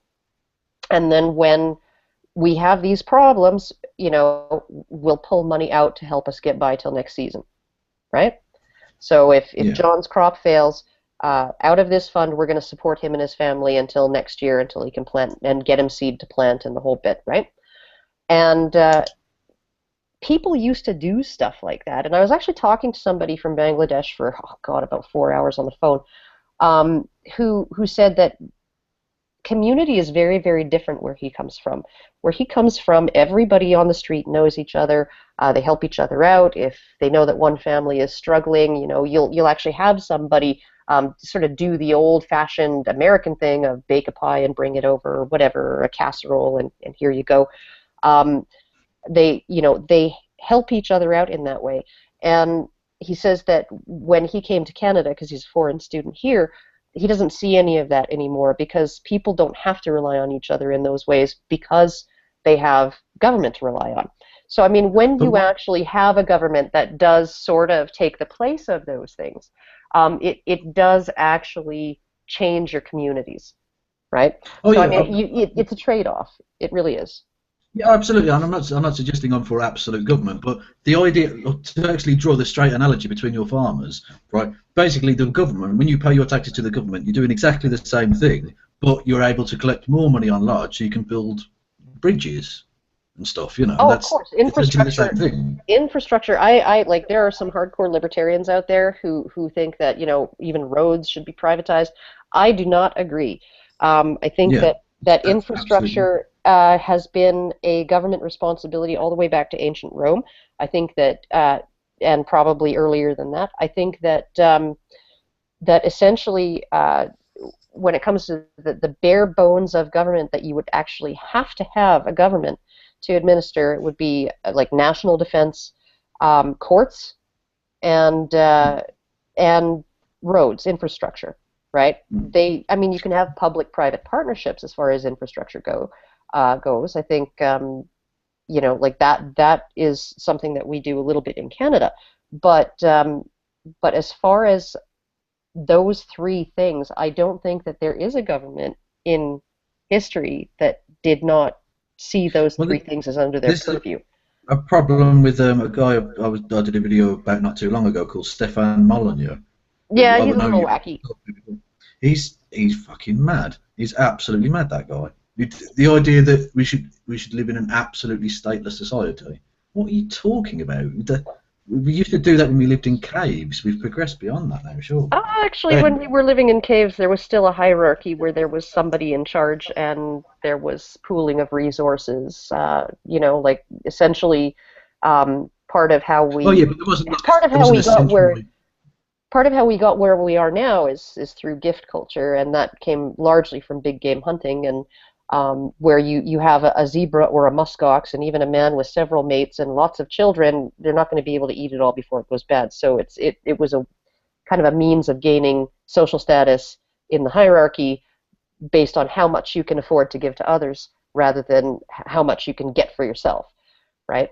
And so I think that essentially, I, I I don't agree that like I don't see anarchy working. I don't see any system actually, any political system being 100% functional.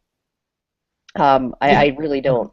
Well, So, because people are different and people are crazy. You're never going to get a perfect system. It's never going to happen. well, we have something called human nature too, right? And it's human nature that when you remove incentives to achieve, you lose many people lose uh, the desire to achieve.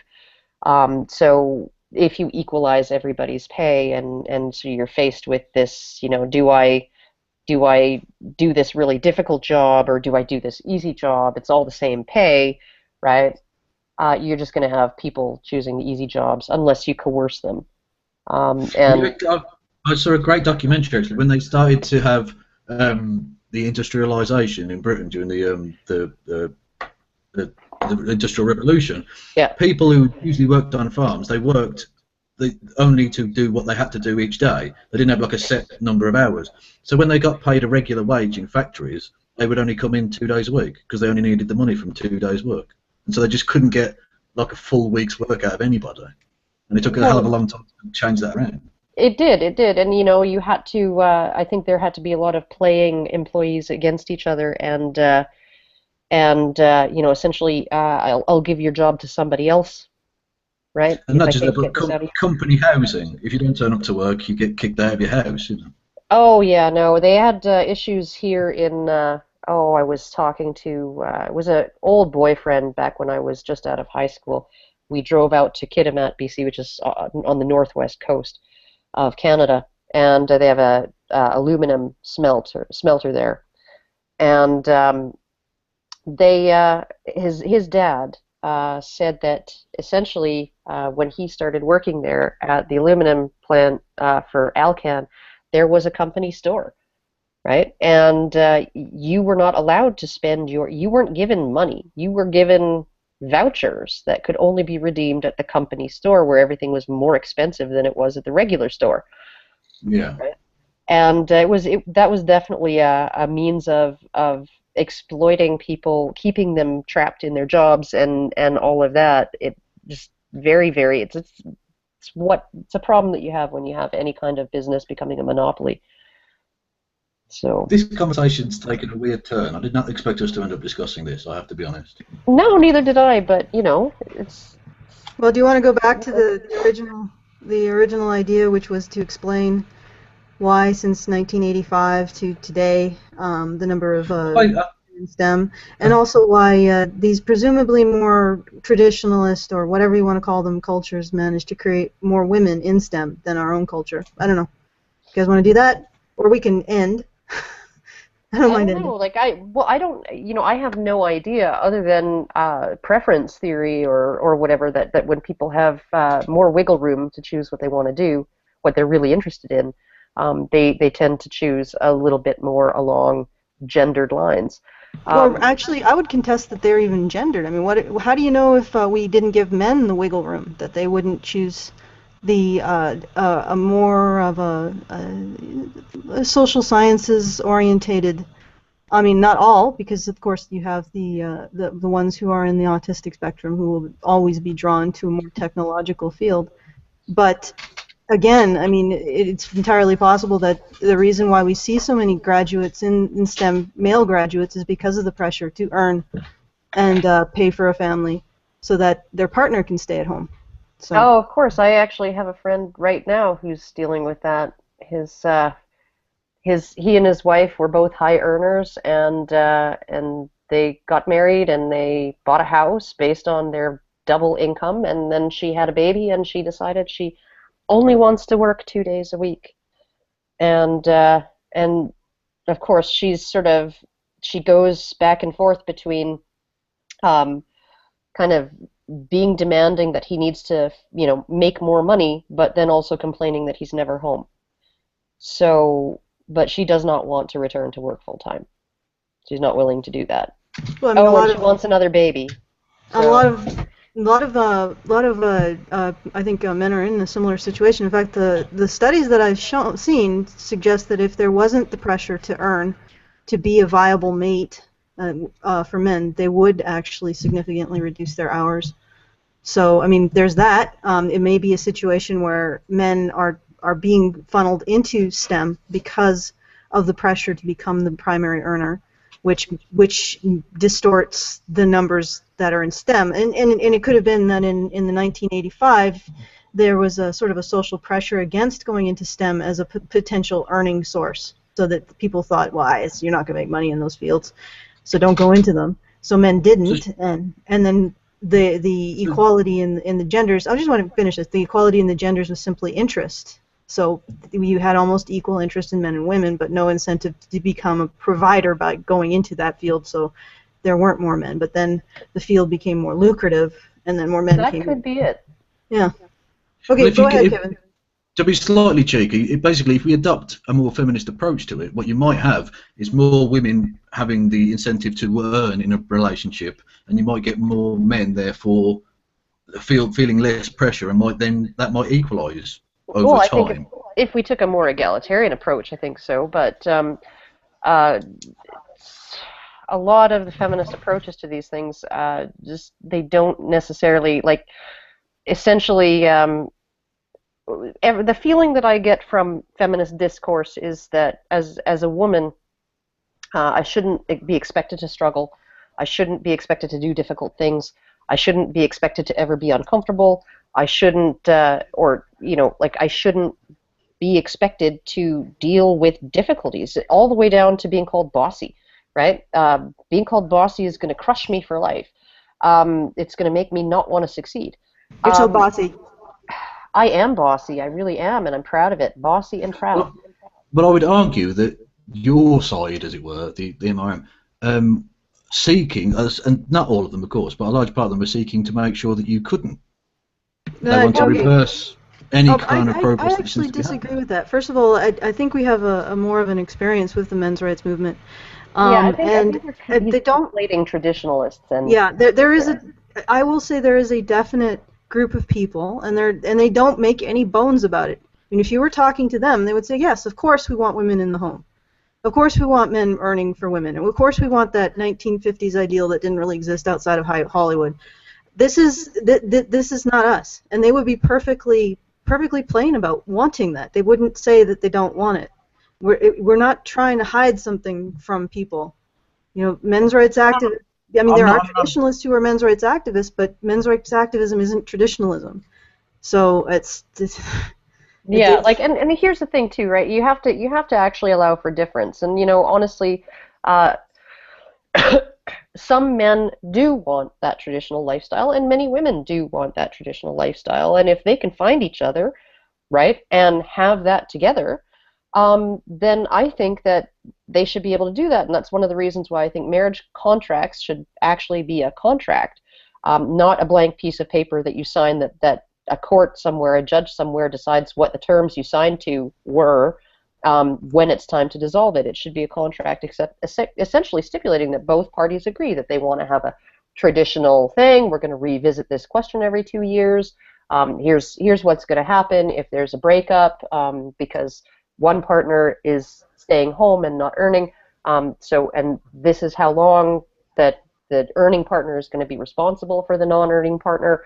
And you know, or he's going to pay for her training or whatever, right? I think that would be much better than what you have now, which is essentially situations like what my friend is in, where they went into the marriage both sort of thinking, yeah, no, we're both going to be high earning forever, and then she just changed her mind. Okay, but that's sort of an off topic to basically what we were talking about. What I wanted to pull out of this is, well, what do you think would be the feminist solution to getting more women in STEM? And then maybe we could provide what we think to be the men's rights approach, or the gender dynamical, or whatever the heck you want to call it, egalitarian approach, whatever we are, whatever strange beast we are. So go ahead, Kevin. I sort of briefly outlined, and again, I can't possibly wish to, and I wouldn't wish to speak on behalf of all feminists, but my little approach might be something along the lines of reducing the sort of traditional gender roles of the man going out and earning, and then I think that would allow for, in sort of heterosexual couples, more women to start going out into the workplace, which is a process that's already started, but it hasn't started that long ago that we would have figures for it now necessarily. And eventually, I think you'd start to see movement in terms of the percentage of women in STEM, because the pressure to earn, to learn, and to go into those fields would increase. Basically, that's how I think it would work anyway. Okay, what would could work. What do you think? I mean, if you and obviously we don't have to take, and nobody has to take increasing female participation in STEM as a necessary good, but assuming that we would want to do this, how would you go about doing that, Karen? I would mostly just leave it alone. Leave it alone. Leave it alone. Like, there were no incentives, you know, artificial incentives and stuff like that to get women into all of the other things that they've come to dominate in post-secondary education. And I think when it comes to certain things where all they hear is, you know, science is for women, science is for girls too, science is for blah, blah, blah, it almost sends the opposite message, right? It reminds them that there's this stereotype, right, that girls shouldn't be into science or girls aren't good at science. It reminds them that the stereotype exists, when I think that essentially what we should have is we should have a little bit more of a cultural ethic of letting kids be who they are. And that means don't buy Lego for your daughter unless she wants Lego, right? If all she wants is dolls, let her be a girl, right? And if she's not interested in science, let her be interested in what she's interested in. I mean, if you have two people, one's a man and one's a woman, and she goes into nursing and he goes into engineering, and they're both happy, I don't see that as an injustice. Well, I think one area we can agree on, I believe anyway, is that government isn't the only answer here. I don't think government should be really interfering in it at all. I think essentially it needs to be a ground-up thing.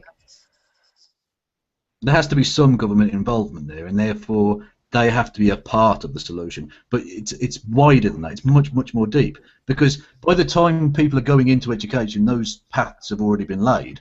You have to change the way in which men and women, or boys and girls, perceive gender differences. But do you? Like that's what I'm hearing from Karen. I mean, just maybe a better approach. Well, and I'm speaking as somebody who has always been very gender atypical. I was a tomboy. All of my friends growing up were boys, and the best Christmas present ever was a giant space Lego set that my parents bought me. That it would have cost $800 in adjusted dollars. And my dad was a mechanic, and my mom was a stay-at-home mom at that time, right? So that was a huge, huge thing. Right, but I really, really wanted Lego. I loved Lego. It was all I played with, right? And even when I had pets, when I had mice, I would build Lego mazes out of Lego, and I would send them through it. I mean, like I was not your typical girly girl. Yeah, but that's often frowned upon by a lot of parents, isn't it? Yeah, no, but my parents, and this is the thing, right? And I've met some women who were like just absolute rampant, raging feminists, right? Like just the really, really extreme, hostile, just jump down anybody's throat for saying something just a little insensitive or whatever. She actually got banned off of in like dozens of websites because she was that hostile, right? And she was explaining why she feels the way she does, and it was because she never liked to be girly, and her parents would force her to wear dresses, and I was just like, oh my God, we could all have been saved so much grief if her parents would have just let her wear jeans and bought her some frickin' Legos, right? Okay, so that would be like I think what Karen's saying is let the kid decide and don't force it on them. No, absolutely. That's entirely my answer. Yeah, you have to allow kids to find their own way, in essence. Whereas, unfortunately, there's too much of the girls play with dolls, boys play with Lego thing, and that creates paths for mental approaches to society in those young boys and girls, which is destructive ultimately. You have to admit that back in the 1970s, which is when I grew up, right, all of those cultural factors would have been much more intense. There was not a feminist movement that I really was aware of, or that my parents were particularly aware of as working class people, that was suggesting that they allow me to be myself. And there was not any, there was way more media aimed at me, telling me what I should be interested in as a girl. There was no way to make me interested in that. There just wasn't. And there was no way to make me not interested in Legos and riding bikes all over the neighborhood with my guy friends and going and catching frogs in the slough out back in the farmer's field, right? There was no way to make me not interested in what I was interested in, or to make me What's interesting to me is at that time, sorry to interrupt you, Karen. That's all right. At that time, even though we're looking at a culture prior to the 1985, when the numbers of women in STEM started to plummet, you had the supposedly the stronger gender roles, and yet you had more women in STEM. And then again, you also have the stronger gender roles in those Asian and Middle Eastern cultures, and yet you see more women in STEM. So, judging from those two data points, my suggestion to get more women in STEM is to look at what the culture was like in that era. And I would say one of the biggest factors was there was a gender. There were some aspects of gender roles that were shared between men and women in those traditional cultures around the world, and in earlier cultures or more historic culture in our society prior to the 1985. And that aspect of gender roles that were in common was this idea of service. I believe that both men and women were given an ideal of service of their families, of their communities, of their children, of their parents, and this was an ideal that was presented for both men and women, and it's definitely in traditional cultures around the world now. And it's that ideal of not looking to yourself for empowerment, but saying to yourself, well, how can I help society? How can I help my family? How can I help? How can I serve my family? Yeah. Yeah, that ideal of service, I think, is what's missing in our narrative that we say to girls, and that's the reason why they tend to go towards perhaps the less like the sciences or the the fields that are less, that are more about enjoying yourself and less about making money or being, creating innovation for society or value Well, for your family. I would absolutely agree that we need to strengthen that concept of community and of basically, and I would take this outside of the realm of gender politics into economics in essence. The idea of the commercialist world where essentially it's me has taken over to a point where few people now want to accept even that they're a part of a society, and they don't see that they have these kind of obligations to family, to community, and whatever. And I think that if we could reverse that to a certain extent, I think that problem would begin to recede. I think one of the reasons we have that problem now, there was a movement that was sort of just starting when I was a kid, and when I went into junior high, I started to see some of what was going on in the elementary schools, right? So when I was 13 or so, right, 12, 13, I managed to get through elementary school without any of this stuff, right? But it started pretty much right after, and it was something called the self-esteem movement, and it was essentially, it was a very, very hyper-focused on making sure children felt good about themselves, making sure children felt like that they were always okay no matter what, no matter how they were behaving, no matter what they did, you're okay. We are all smart. And that kind of morphed into this bizarre thing where, 10 years later, we stopped giving trophies to the team that wins. Everybody gets a trophy just for participating. And then all the way to the point where when my kids were in soccer, when they were in elementary school, they didn't even keep score. Right? Oh, for fuck's sake. Yeah, and That's ridiculous. it is, because it might make somebody feel bad. And so Well, no, I have to you defend the idea behind it, but to of take course, it to that extent, it's is fucking well-meaning. ludicrous. It's definitely a well-meaning thing. I think it was a product of particularly post-war, right? Post-World War II. There had been a lot of, like, the first 50, 55 years of of the 20th century in the United States and Canada and Britain were years of struggle. They were years of people really having to work hard. And then there was this huge prosperity after the war where suddenly people could provide for their kids in a way that their parents could never have provided for them, right? So I can give my child an allowance, right, without him really having to do any chores, right? Whereas before, you were doing chores and you didn't get nothing for it except the same roof over your head everybody else has, right? So it was this opportunity, I think, on the part of parents to be able to give to their kids what they never had, and they just went completely overboard. Yeah, but I want to wind this down because I'd like to. Oh, it is the 2-hour mark. Yeah, it's Holy at shit. the 2-hour mark, and that's the hard mark. There, that's the hard one. That's the end.